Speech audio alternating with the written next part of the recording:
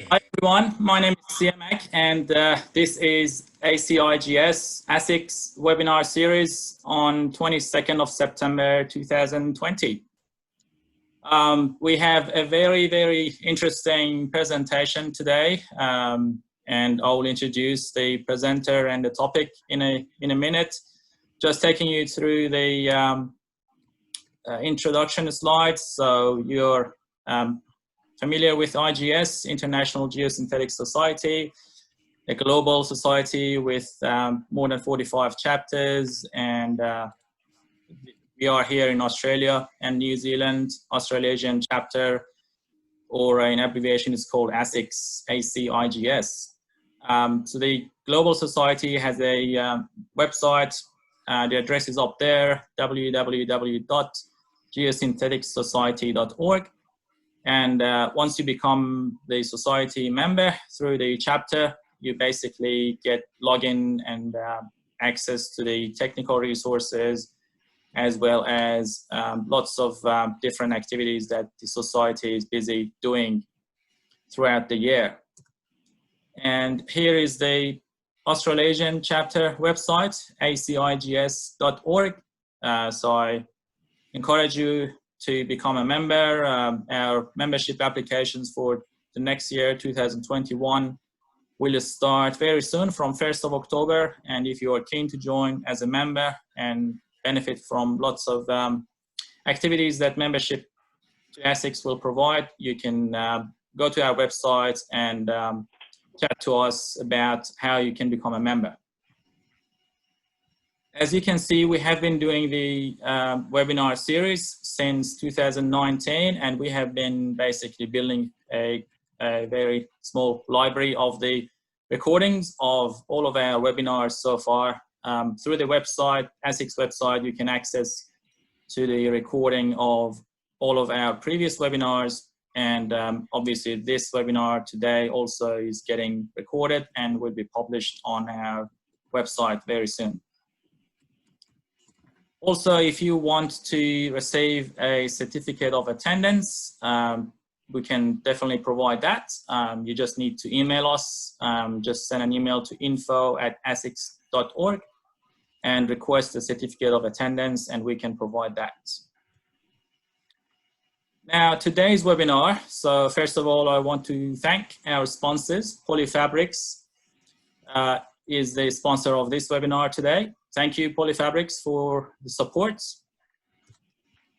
And today, the main topic is improved QA/QC of double-line ponds for processed water containment using conductive multilinear drainage geocomposite. And it's been presented by Pascal Saunier from Canada. Just a brief introduction of Pascal. So he's a French-Canadian professional engineer. After having managed a waste management facility for Veolia Environment, he moved to Quebec for WSP in the containment design and QA/QC on geosynthetics engineering department. Then continued to develop his expertise in the geosynthetics industry with Texel Geosol as engineered products manager. He participated in the creation of Affitex Texel, the Canadian manufacturer of drain tube technology, where he takes the lead of the technical sales for the North American and Pacific markets. After almost 20 years of experience in the area of geosynthetics, geotechnics, and international business development in Europe and North America, he has published numerous technical papers on geosynthetic QA/QC, waste management, and mining in his career. He is a member of OIQ in Quebec, the Association of Professional Engineers of British Columbia, as well as other related organizations as of ASTM D35. Thank you. Pascal, I pass over to you if you want to start sharing from your end. Yeah, can you see it?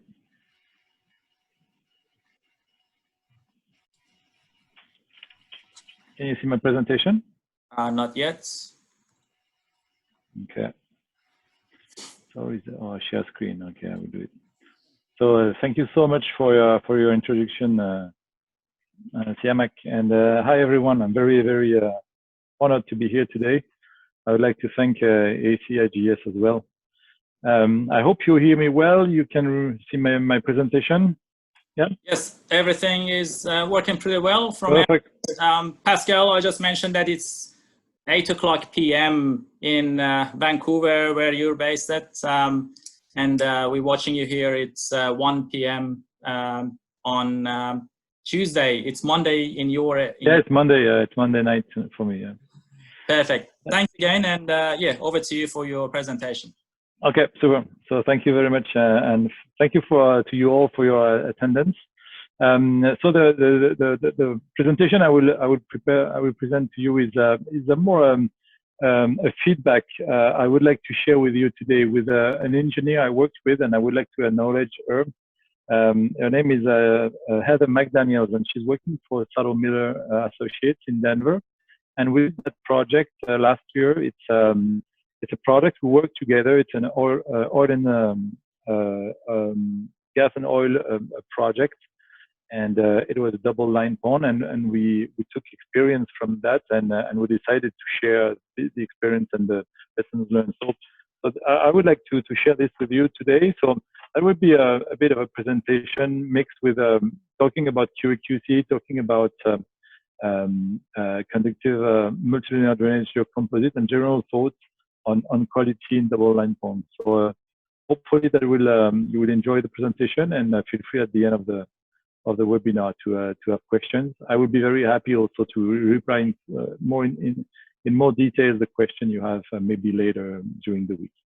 So to start with the presentation, first of all, when we are building a double line ponds or eventually ponds with and the purpose of those ones are to retain fresh water or contaminated water or processed water. Most of the time, those liquids to be stored are very toxic or have a very important value, especially for fresh water, in a desertic place. And the requirements for toxic and processed water are very depend really from county to county, or eventually country to country. The regulation can be different, but in every cases, most of the time you will have as a requirement to get a permit for building those ponds, an average leakage or a maximum leakage acceptable for that pond. And especially in double line ponds, the way to collect and to measure this will be to measure the leakage you will have into your leak detection layer between the secondary and the primary liner. So those requirements are very drastic. And the other thing to say is, eventually, for the owner of a construction like that, or for a pond like that, if ever is not meeting the requirements, he can eventually see his pond shut down. And in the case of an oil and gas industry project, if ever they don't have access to water, or eventually they can have storage their processed water, they have to shut down the operation, and it can be very, very costly. So this is very important to keep that in mind. Ponds need to be, to be able to continue to operate, they need to meet the requirements, and sometimes the requirements are very bad. Basically, some states, they are just actually asking for 0 leaks between the two liners. So as I said, it is very important to be able to measure and to be able to operate the pond in order to meet those requirements. So we went with a consideration with Heather, saying, okay, we need to have a project that meets a maximum global quality. And basically, the global quality can be separated in three aspects: the design, the construction, and the operation. And globally, the quality, the total quality, would be the addition of those 3 elements on the design, the construction, and the operation. So I will see at the end of the presentation how the operations can really change the quality of the project. I won't talk too much about design, but more about construction today. Just keep in mind that the quality during the design will have to take into account, of course, the geometry of the pond, the selection of the materials. It will very determine the type of work you will have, and eventually the the QA/QC, the quality control you will do on your pond. If you are using an HDP liner, LLDP, it will also depend on the weather, on the location of the pond, the type of product you will have. So I won't go too far into that, but manufacturers of liners are great resources if ever you want to select the type of liner. But depending on the type of liner, you will change the design and you will act differently on your construction.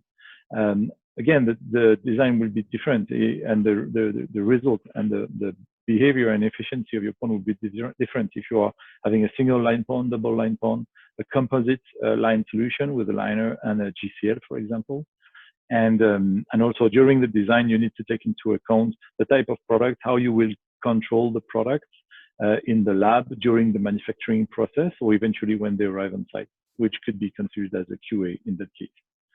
During construction, you will have to follow very specific things. And the first thing is, I mean, as an engineer, when you're designing a project, you need to ensure that the team that is in charge of the construction has the behavior and the expertise to install properly geosynthetics. There is another very big part of the QA on site is the control and testing programs during construction. And this is how to control the products on site if they are meeting their initial requirements or specification. How would the products are installed, and do they meet the same thing, the requirements when installed, and how they will perform before or prior the operation of the pond. And finally, I mean, this is very important to have a good coordination during construction. So the thing is, liners do leak, and this is a fact. I mean, it's not if ever you have a manufacturer of liners say, oh, you will never have a leak with my liner. It's a lie. It's not true. Liners do leak, and they are a great product. They are super great product, but they have defects, and the defect can be during the manufacturing process, which is pretty rare, I would say. But during the installation and during the construction of the pond, you will have defects. And typically in the literature, you will find that you will be able to find 10 leaks per hectare on the liner. And other numbers would show you that basically 80% of leaks are located onto the panel itself. What you are doing when you're controlling the construction of ponds with the liner, you will check the welding with the QC, and most of the time it's the installer that you are checking. But otherwise, all the defects you will find for 80% of the case are outside of the welding. So this is something you need to keep in mind. You can check the installation and the seam of the liner, but if you're not checking the panel, you might find leaks. And 20% of projects will have a leak density of over 35 leaks per hectare, which is a lot. And finally, one installation out of 5 that does not reach the expected performance. And whatever the design is, these are average values. So now what would be the incidence? Because keep in mind that the regulation will ask you to be able to maintain a minimum flow rate through the leak detection layer. So you need to be able to calculate or to evaluate what would be the impact of a leak in your design into your leak detection system. So Jean-Pierre Giroud offered us an equation to help us to calculate, to evaluate the flow rate through a leak for a given geomembrane. And it's based on 4 parameters, the surface. So basically, you say the quantity of holes and the size of the holes in the liner, the rate of liquids on the top of the liner, the water head on top of the liner, and KR, which is the hydraulic conductivity of the backfill. So those 2 parameters in red are more design parameters. It's important, of course, but I won't talk too much about that. The thing is, if we want to reduce the leak, so as you can see, if we reduce the value of H and value of A, we will reduce the QP. And this value, H, is directly linked to the drainage.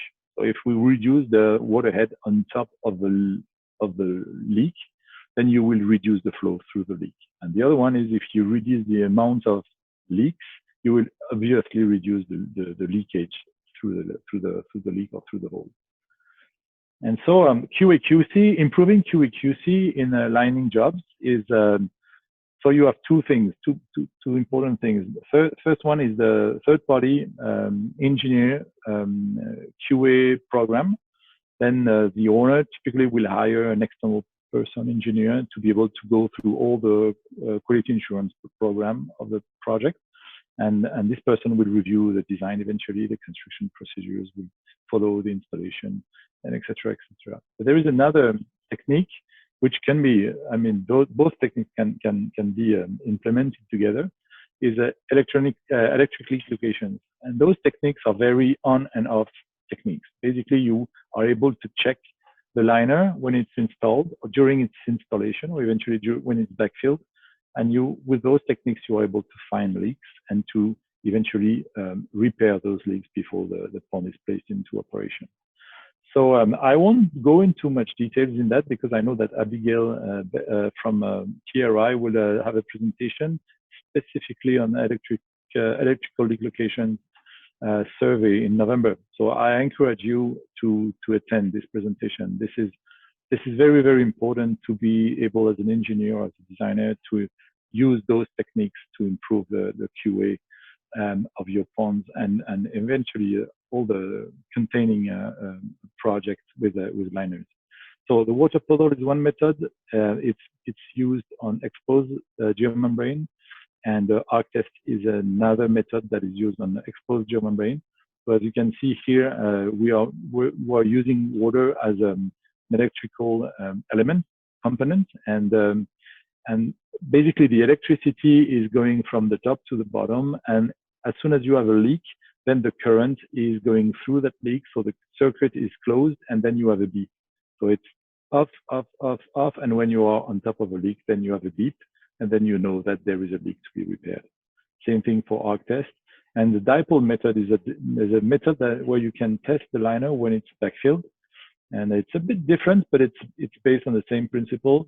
You have current, and you are measuring the modification of the current as soon as you have a leak. And those techniques are very, very precise, very well documented, and they are extremely efficient. I will show you some pictures after that on the project we have done with my colleague engineer. And so we were talking about the size of the holes, but drainage is also another very important aspect. If you are able to reduce the water height on top of the liner, so even if you have a leak, then you won't have a flow through that leak. And this is another very important aspect of leak proofing. A geomembrane is efficient if there is a good drainage on top of it or below it, depending where the liquid is coming from the bottom or from the top. If you don't have a good drainage on the liner is not working properly. And the same thing, I mean, if you are having just a drainage layer and no liner, then the water will go through directly the drainage system without being retained. So lining or low permeability system and drainage are working together, and it's very important to design things with those two components. So talking about drainage, we have several options. Natural materials like gravel, sand are working well. Eventually, you can have pipes at every 10, 20, 30, 40 meters distance. And you have drainage geocomposites, and those products are replacing gravel and sand. So in that family of drainage geocomposites, you have two types of products, the geonet and geocomposites, or geocomposites with a net. And those products have been largely developed and described by Eric Brown, I think it was 2 months ago. So if ever you want to have more information of geocomposites and geonets, I suggest you to go and check his presentation. He did a complete review of those products. And today we'll talk more about multilinear drainage geocomposites, which are another type of product, but they are used for drainage as well. So quickly, an introduction of that product. So ASTM is defining multilinear drainage geocomposites are as manufactured products composed of a series of parallel single drainage conduits regularly spaced across its width, sandwiches between 2 or more geocentipedes. And so you can see here how those products look like. So you can see here we have different types of geotextiles. They can be filters, they can be puncture resistant product, and they are needle punched together. and then regularly spaced, you have high flow components. In that case, the picture shows pipes. That could be other type of components. And then the flow is calculated between with depending on the size of the diameter of the pipes and the spacing between the pipes or the flow component. As you can see, those products are in rolls. In that case, you can see rolls are typically 4-5 meters wide. In the case of drain tube, the product we are producing, it's 4 meters wide. So these are the typical characteristics of the product. It's important to notice that the geotech size can be very different from 100 grams to 1,000 or 1,500 grams. And then you can go with very, very thick material, so super resistant against puncture. So the mini pipes or the high flow components can be different types. The transmissivity range, we'll talk more about that, but those products can have a very high transmissivity. Which is interesting to notice is those products are very light, flexible because they are made of geotextiles. They are not made of plastic core, rigid plastic core. So it's very easy to handle by hand eventually, or most of the products are very light.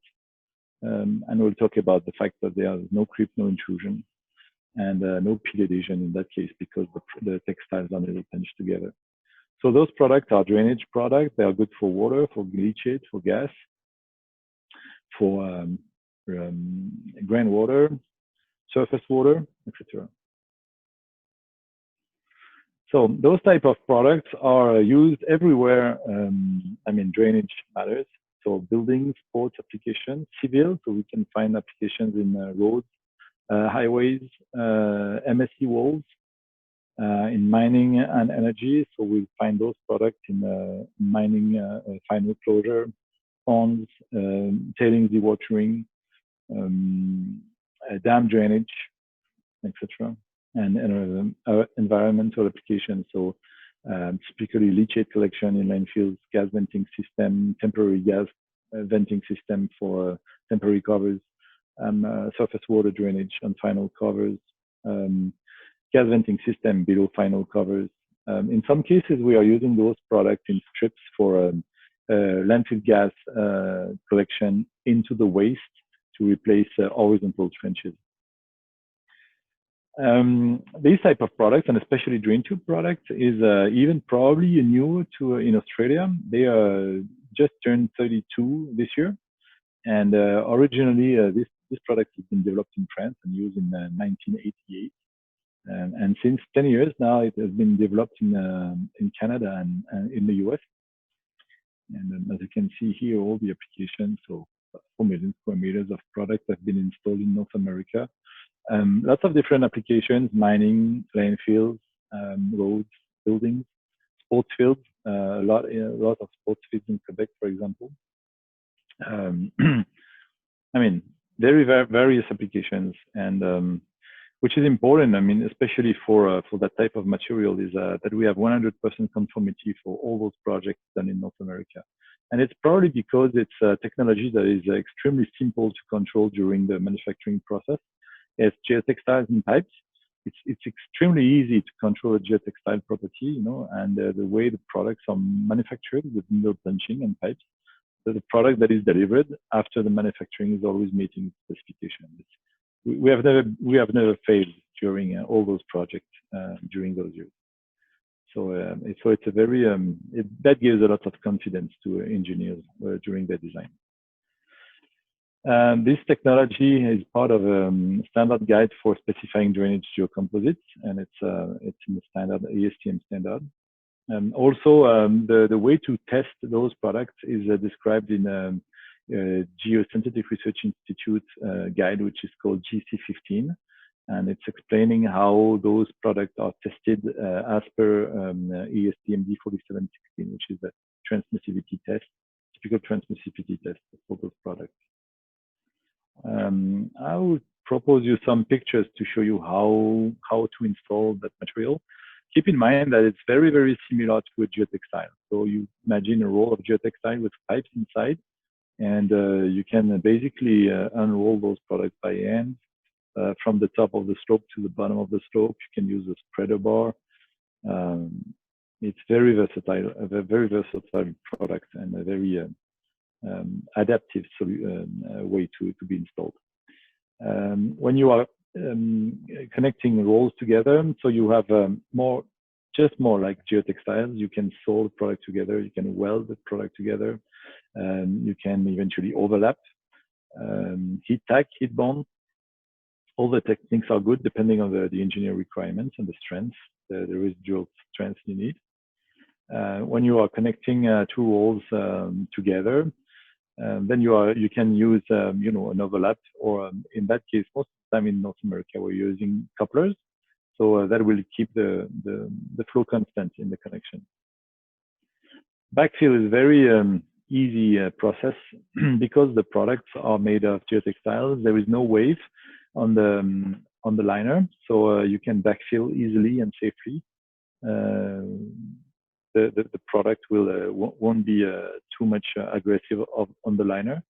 And for backfilling, so as you can see on the right picture, there is a typically 1 meter thick ramp, access ramp for big trucks like that. And then otherwise you will spread the backfill like 300 millimeters, or eventually less than that, 150. And buildings application, we can go to 150. So, and the friction angle is very, very high because it's made of geotextiles that will punch together. So I have a slide specifically on friction angle. Connection to a French drain or to a ditch in mid-slope, you can see here. So basically, the flow will come from the product directly into the French drain or the ditch. No connection required. In some cases, you would be able to, or you might want to use those quick connect system. And this is very, very efficient if you have a gas venting system. If you want to have a vacuum in a solid pipe, then you will create a vacuum all along those perforated pipes of the multi-layer drainage composite, and you will be able to extract mechanically and actively extract the gas from the product. As you can see here, details. And finally, those connects are used to maximize the vacuum and the collection of gas, especially for temporary covers when you will have a very near oxygen, and then you need to have a very precise vacuum and extraction and gas extraction to reduce air intrusion in the gas, and eventually reuse the gas as a energy value, or eventually reset it as like methane or propane, as you can see here. So the comparison between the geocomposite with the net and drain tube or multi-layer drainage geocomposite is that you don't have to use plastic ties every 2 meters. So the installation is super fast, easy. I've got a lot of installers who are very happy with the product because it's safer on site. He has less finger cuts during installation. The rolls are very light in comparison with the products with the GeoNet, which are heavier. So very efficient, very fast, and works pretty well. So still have 20 minutes, so I think that we're all good. We'll talk a little bit more about techniques. First of all, transmissivity. So because of the composition and the way the products are made of, they can cover a wide range of transmissivity values. And I would say it's easy to increase the transmissivity. It's just adding pipes and reducing the space between the pipes, and eventually increase the diameter of the pipes, or the transmissivity strips, the high flow strips.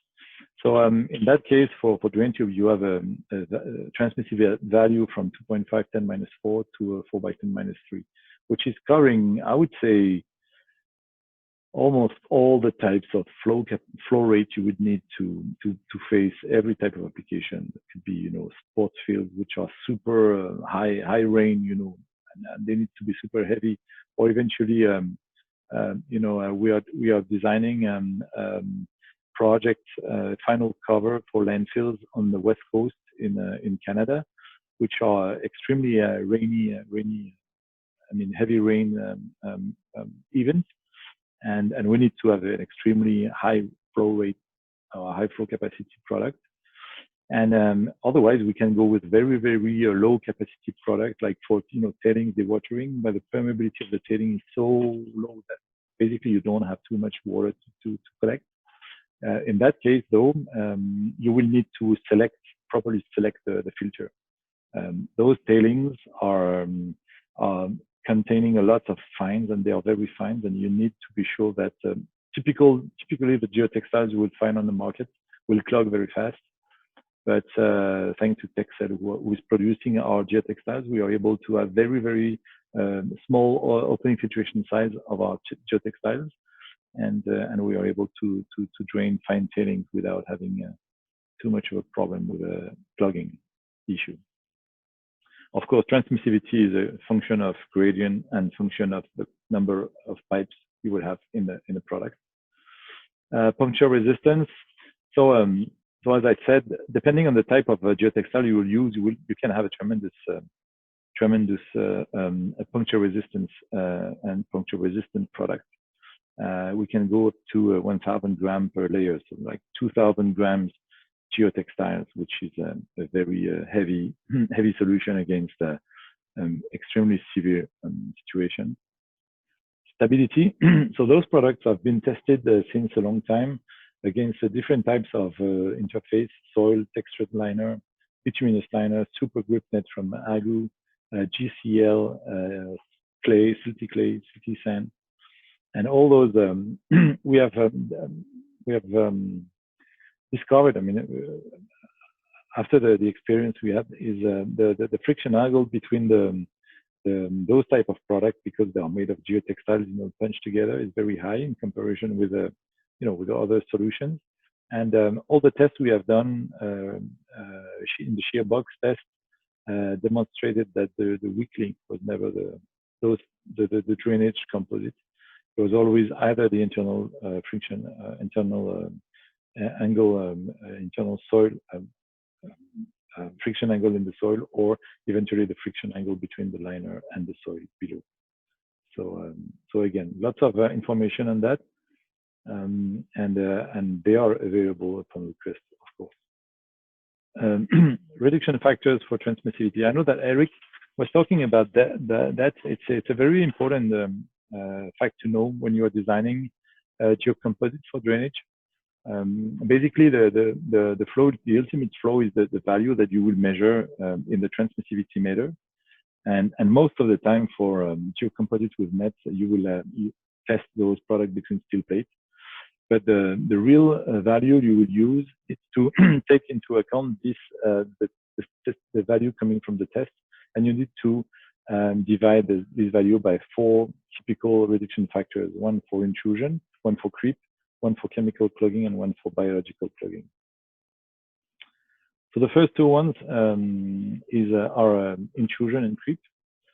So when you are using that type of product, like a geocomposite with a net, the intrusion effect is as soon as you are using the product in real conditions with the soil on top of it, and you are applying a load on top of the soil, then you will have an intrusion of the soil into the geotextile, and then you will have an intrusion of that geotextile into the core of the geonet, and then you will reduce the available transmissivity of the product, basically, because you are reducing the space and you are reducing the void. Again, I would suggest you to check the presentation of Eric Blond. He's comparing different types of geocomposites with net, and they are not behaving the same way, the way they are manufactured. So I won't go into details here, but keep in mind that the intrusion effect needs to be taken into account, and basically the transmissivity you are measuring between steel plates needs to be divided by a value, and it depends depending on the application, but it can be 1.1 or 1.3 or 1.4 or eventually 2 or 3. So that will change a lot the transmissivity of your product. In a case of a product like multitudinal drainage geocomposite with a pipe, because the arching effect works around the pipe, there is no way that the textile will enter the pipes. So the transmissivity keeps stable in time, even if we apply a load on top of the product. and therefore the transmissivity is stable. So there is no reduction of factor to be applied on those type of geocomposites in that case. The other aspect is a creep effect, and the creep effect is the reduction of the thickness of a plastic sheet when we are applying a constant load on it. And it's all the plastic sheets are creeping, I would say, if I can say that like that. So basically, if the chart on the curves on the right show that if you take the red curve at 10,000 psf, you will have a decrease of the thickness when you are applying that constant load on those products. You will have a reduction of the thickness from 100%, which is the beginning, at 15 minutes. And if you continue to have that load on the product after 10,000 hours, you will reduce the thickness of the material by 20%, and therefore you will reduce the transmissivity of those products. Again, check Eric Blom's presentation. He's comparing different types of geonets and geocomposites, and they have different behavior depending on their structure. So especially if you are talking about biplanar, triplanar, and the presentation of Eric is very, very detailed in that. So I encourage you to check that. In comparison with those products, if we are talking about multilinear drainage geocomposites, the same thing, because the arching effect works around the pipes, then you won't have any creep effect. Even, I mean, when we are applying a load, constant load on the product, since 15 minutes to 1,000 hours, we will have the same flow capacity and the same transmissivity. So again, here, for those products, you will have a value, reduction factors for creep equal to 1.0. And this is stated in ASTM D7931. It states that some products like multilinear drainage geocomposites may not be sensitive to creep when confined into a soil matrix because of their core structure. And this is a very important difference between those type of products and geocomposites with geonets. I could talk a bit more about the other ones. Just keep in mind that roughly chemical clogging and biological clogging are extremely linked to the type of geotextiles we are using, and which will clog the first is the textile. So the way the geotextile is selected will change the way the product will react against chemical clogging and biological clogging. Just keep in mind that those products have also a lot of studies done. This study has been is related to an exhumation of a drain tube after 10 years in landfill, and the comparison between the original value and the residual value shows that chemical clogging is very rare to happen if the filter is properly defined. And those studies, this study with George Kerner in Pennsylvania, it's a 3-year test that has been conducted in 2017 and compared geocomposites with a net and drain tube products for leachate collection. So as you can see here, the apparatus that have been used, and the results showing that roughly the loss were very similar, a bit better for drain tube than geocomp. And keep in mind that the multilinear drainage composite can be composed by anti-biological clogging filters, which will put the potential clogging of the filter way after, and will increase the behavior of the product. So, and this is because of the technology. Basically, you can assemble different types of filters and different types of geotextiles in the case of a multilinear drainage geocomposite, which is not something very easy to be done with a geonet. And so you have more choices if ever you want to have a better behavior against biological clogging or leachate collection. So to summarize, in summary, to recap that, for the same two products with the same index transmissivity, so you can see in that case a double-sided 250 mil geonet, which is a 6 millimeters, thick geocomposite, and a drain tube 606, which has the same original transmissivity right from the 4716 box. Then if you apply the reduction factor for intrusion, and then when you apply the reduction factor for creep, where in the case of drain tube it's 1, and then when you apply the reduction factor for chemical clogging and biological clogging, which are the same, then you end up with a ratio of 4. So basically, a multilinear drainage geocomposite, taking into account those reduction factors, can have a 4 times higher drainage capacity than the other one. So, I tried to put the emphasis on drainage and electric locations to improve the Q and QC on ponds and line ponds. I also mentioned that it's very important to consider and to be sure that you have conductive elements on both sides of the primary and the secondary in order to be able to run the location surveys. The problem in some cases, when you are using a geonet between 2 liners, you will have a cut of the current. Those geonets are providing air gap, which will cut basically the current. So in order to be able to run efficiently a leak location survey on the primary liner, you will need to have a conductive element, to add a conductive element in your design. And those conductive elements can be conductive liners, can be conductive geotextiles. You can eventually fill the gap with water, which is not recommended. But these are options you have. There is another option, and this is the topic of that presentation, is to use conductive multilinear drainage geocomposites. And in that case, those products are exactly the same type of products we have described earlier, but in addition to the 2 or 3 layers of geotextile, then we will have a conductive grid.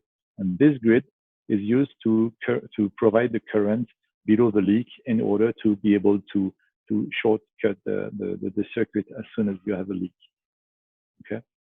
So I will briefly talk about a case study. I've got 10 minutes, so I think it's perfect. So the product I did with Heather McDaniel is a project located in New Mexico, in the US. It's an oil and gas application, and the specificity of that job was it was super rush. I mean, they didn't have too much time for the design and too much time for construction, so they had to find a solution to construct it fast and well, and be able eventually to check, because they knew that on site they had a lot of external activity, and they needed to be super wise and aware of how to be able to test the construction.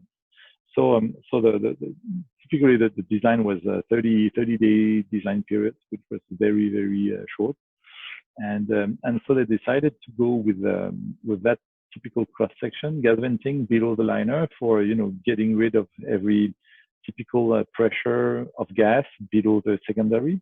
Then they would use a 45 mil LLDP screen reinforced liner for primary and secondary, and between those 2 layers they would have conductive drainage geocomposite with a leak detection sump.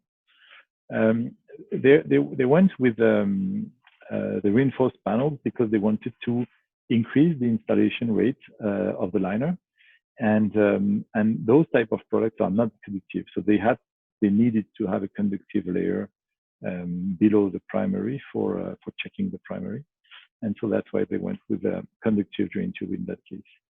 So as you can see here, and I will show you a video in a second, but they have used 10 pre-assembled panel RPE panels to cover 2.3 acres pond, which is roughly 10,000 square meters. And they could do that. They could line the 2 layers of liner in that pond in 1 week. And then the multilinear drainage geocomposite with the conductive grid inside of it was deployed, and basically they saved, in terms of installation speed, they were 20 to 30% higher than regular products. And as you can see here, the construction of the pond, and so you can see probably in the picture on the left the product. So you can see the pipes, and then in between the 2 filters, then you would have a grid. This grid is made of inox stainless steel wires, cables, and when those cables, during the overlap, you have to ensure that those cables are touching together, and then that will allow you to have a completely electrified field below the primary liner, and all the pond will be electrified that way. So we have run two types of techniques: water lens in the bottom of the pond because the liner was smooth, and so it was kind of dangerous to run those techniques with water in the slope. And we run arc testing in the slope for to detect the slope.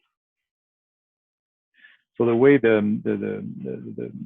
prospection is done is on the upper slope of the pond somewhere you have to cut the primary, reach the conductive drain tube with cables and wires. You have to connect the grid to an electrical source, and then that would electrify the entire pond. Then you do a calibration hole, as you can see here, very tiny hole on the liner, and then you test you calibrate your equipment in order to be able to detect the leak. Then you do the leak location by itself, and then you find the leak, and then you repair it eventually. So for that project, we have used water puddle and arc testing, water puddle in the bottom and arc testing in the slope. We have found for one pond 70 holes, and they were basically done by high pressure cleaning equipment. As I told you, this pond has been built, and then after that, lots of operating people went back on the liner to do piping and do all the type of things. And the thing is, lots of damage occurred on the first pond. So they have been able to check this and to repair the holes before putting water in the pond. And as you can see here, so the different location of the problem we have found. And this is a brick fall. So basically they had to, they bring some bricks, concrete bricks on the pond to maintain piping system in the liner, and one of the bricks failed and fell into the liner and did that scratch. It was a good occasion also for us because TRI did the leak location survey on the pond. And so we take the advantage and the opportunity to have this conductive drain tube tested with a water puddle and arc testing with TRI.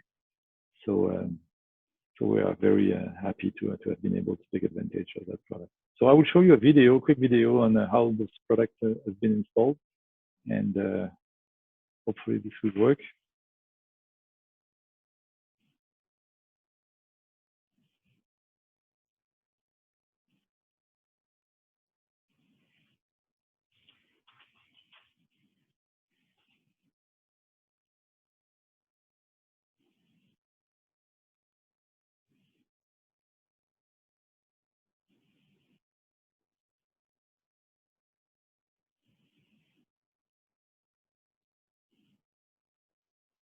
Yeah, so the pond is roughly 14,000 square meters.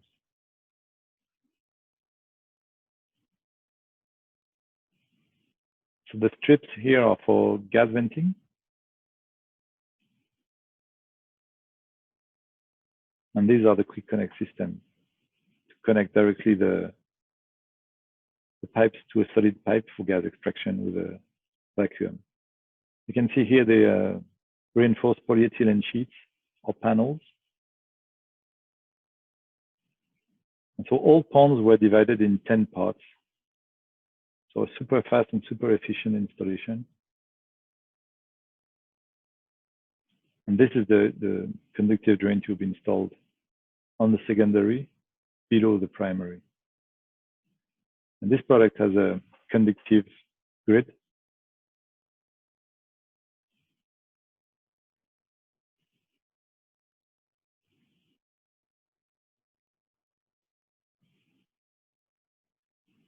You can see how the grid needs to be in contact with the adjacent one.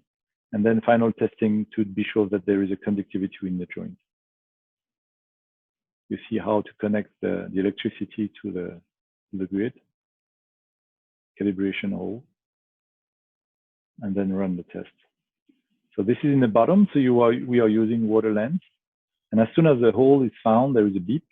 Same thing for arc testing.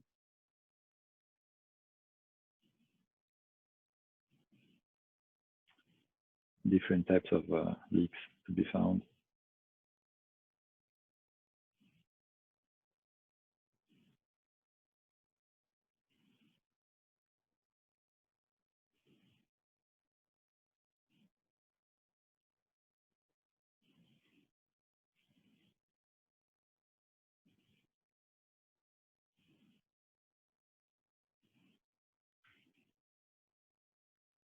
So you know what? I have maybe like 10 seconds to finish that. So if ever you are keeping something from today, I would really insist in those 5 points.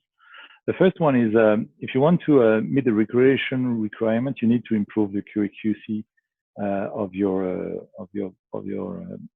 lining ponds, basically here, or in general lining projects. And you need to have an efficient drainage as well, because a liner would work with drainage. Having an improved QA/QC will guide you to use a constant and complete electrical leak location survey. And I wouldn't recommend anybody to build anything with a liner without leak location surveys. This is the key element for high quality projects and efficiency. We have seen that efficient long-term drainage is achieved by a multilinear drainage geocomposite. There is no intrusion, no creep, very constant transmissivity in time, whatever the load is when they are confined. And it's critical when you're doing a double line pond that you need to have conductive components for leak location surveys testing on the primary liner. So you have options: conductive liners, conductive geotextiles, fill the gap with water. But conductive multilinear drainage geocomposite will offer an efficient option for non-conductive liners like PVC or PE, eventually regular HDPE liners. And this is what I wanted to share with you today. Hopefully you enjoyed, and I guess we are jumping to Raymond's presentation and then questions. Thank you so much for your attendance. Thank you, Pascal. So now we just move on to the case study presentation, which I think is mainly focused on the design with the multilinear drainage geocomposites. So I have Raymond Cho, Ross Hogan, and Andy Warwick, all from Polyfabrics on the panel. Raymond, I think if you want to start the case study presentation, and then we move on to some questions after that. Thank you. Yeah, no, thanks, Pascal Saunier. Yeah, just quickly in terms of Polyfabrics geosynthetic portfolio and design assistance. In terms of, we all love software and to design with our products. With the drain tube, there is a complementary software, the Lymphia. We have RESA and slide capabilities, Gabion mass wall design, retaining structures for reinforced soil walls using geogrids. We have basically sub-base reinforcement using e-grids for flexible pavements and working platforms. And we have high-performance turf reinforcing mats for erosion control for channels and slopes, and Strata web for load platforms and slope stability type of problems. But Pascal, you want to just add to the drain tube capability? Yeah, so it is very appreciated by engineers most of the time in North America, and that we are able to offer calculation during designs, and especially with that software. Just be aware that this software is actually replaced, on its way to be replaced by a version 2, which will be online and which will be way easier to be used. But this software is able for us to help engineers to design with multilinear drainage geocomposites, and especially in that case with drain tube with pipes. Can you show the next slide? And basically it's a software that is able to calculate depending what is the parameter you want to determine. So that could be the pressure and the maximum length, the slope, the pressure only, the distance between mini pipes, the required flow to drain, the transmissivity under load. So depending what you are looking for, in this example, we went to We have considered a slope of 2%. We have considered a distance between the pipes of alpha meter, a required flow to be a 2 by 10 minus 6, which is roughly 200 millimeters per hour of rain. And then in that case, with that type of product, we can drain a maximum length of 76 meters without having any saturation, and with a maximum pressure between the pipes of 6 millimeters, which is in the thickness of the product. So this is a typical type of calculation we can do for engineers during their design, where they want to choose which type of product, which type of pipe, which type of spacing. Great. Okay, yeah, and so in terms of other software that we can provide assistance with, obviously we need the design inputs for your problem. In terms of like retaining walls, we need obviously the geotechnical parameters, but we can design with our geosynthetic geogrids, with masonry block walls. We can use sub-base reinforcement using geogrids. Obviously, we need to know like things like the CBR of the subgrade, and we can design a working platform or a flexible permanent pavements using geosynthetics. And so other types includes the erosion control using Excel design software. Again, we need the hydraulic information and things like the geometry of the channel or slope, and we can provide some recommended solutions. In terms of the Strata systems, using the GeoWeb system, GeoCell system, we have load supports, slope erosion, retaining structures. We have design capabilities. So yeah, in terms of the complementary design assistance, we can provide installation guidelines, and obviously complemented by manufacturing quality control and also independent NADA testing if required. So yeah, hopefully we can help you with your geosynthetic solutions. Thank you very much. Thank you. So let's spend a few minutes on a couple of questions. So I have received a few questions. We might just get into 2 or 3 questions, and then I'll email the rest of the questions to the team, to the panel. Yep. And if you can just kindly respond to those questions, that would be great. So one question from Boyd Ramsey, my good friend. Hi, Boyd. I don't know where you are at the moment, maybe in Paris. The question is about the testing on the material for a flow rate in a direction that is not parallel to the pipe direction. This material been tested for that? Yeah, so basically we are taking that into account into design. What we are testing, the way we are testing the product is an index test, and we are using the D4716 test as a typical test method for calculating the flow capacity of the product. But eventually, with the software, we can calculate the flow capacity of the product when it's not in the direction of the pipes. And this is how we can measure. I mean, we take into account in that case the transmissivity of the textiles and the orientation of the pipes, basically. But yeah, this is why the software is used for. Okay. Then I want to also note the references you made to 2 of our webinars in 2020. So one was Eric Blond's webinar, which he presented on geocomposite drains and went into quite details that we were discussing about it before this presentation, Pascal. So thanks for referencing to that one. And now I just note to the audience today that the recording of that webinar is available on ACIGS website. If you just search for the March 2020 webinar, you can find Eric's presentation on that one.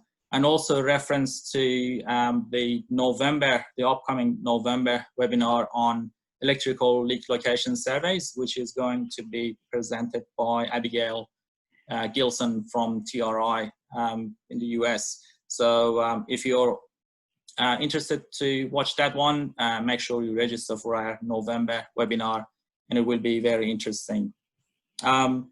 So I just move on to another question I have from my good friend, Bruce Bennett. How do you monitor the durability or creep resistance of the polymer during manufacture? Given the pressure geocomposite drains are exposed to for many years, is it better to use geocomposite made from PVC or HDPE to reduce the reduction factor for creep?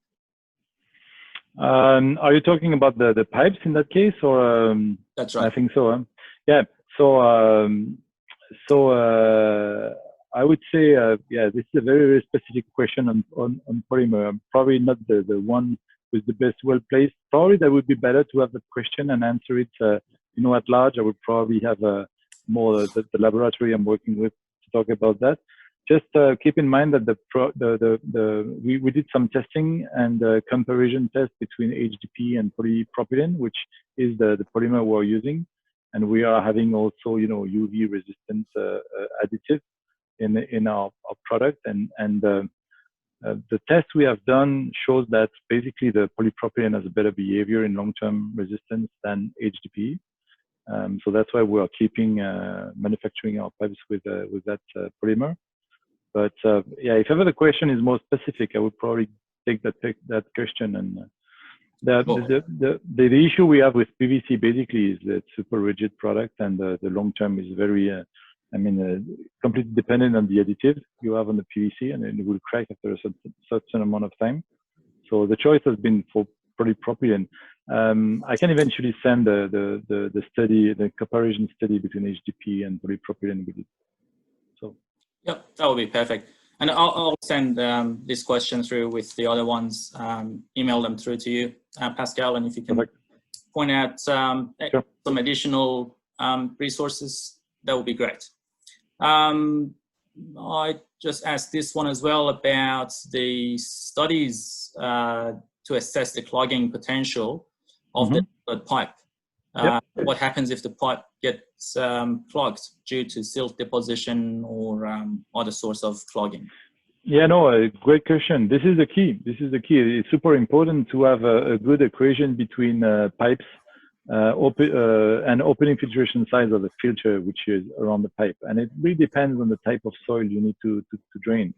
If it's tailing dewatering, if it's tailing and dewatering application, the filter will be different than if it's a leachate application, or if it's a clay or a silty sand application, you know. And thanks to that technology, we really can adjust the type of filters we will use depending on if it's a tailing dewatering application or dam drainage, whatever. And so, and it's critical. And we are very deeply involved with laboratories on projects. We are testing our products. We are testing our filters. We are asking to be have some sand chip or, you know, fill soil, and then we are testing. If it's a very specific application like tailing dewatering, this is what we do. Otherwise, we know that typically, if you have a grain size distribution of a soil, we know that what type of filter would work.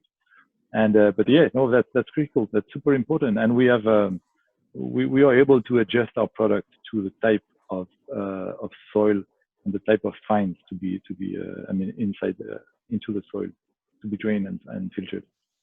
So yeah, good question. Perfect. Okay, I think that's what we have time for today. There are a few other questions that I'll email through to you, Pascal. Yeah, and if ever people want to have, you know, like lab testing, you know, papers, and do not hesitate to ask me, and I would be very happy to share that with you. And absolutely. So you can be very specific in your question. Yeah.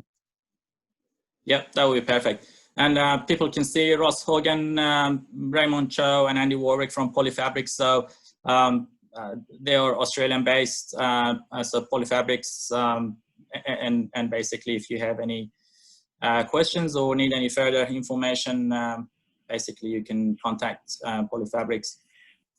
Thank you again, Pascal, and the panel. You're very welcome. Thank you for your invitation. Very interesting presentation today, and thank you to all of our audience today. Our October webinar has been posted on the website. It will be about active barriers. So more details will be published on the website very soon. Make sure you register for that one, and we will see you in October. Thank you all, and we'll see you later. Thank you. Thank you. Bye. Bye. Pascal, thank you.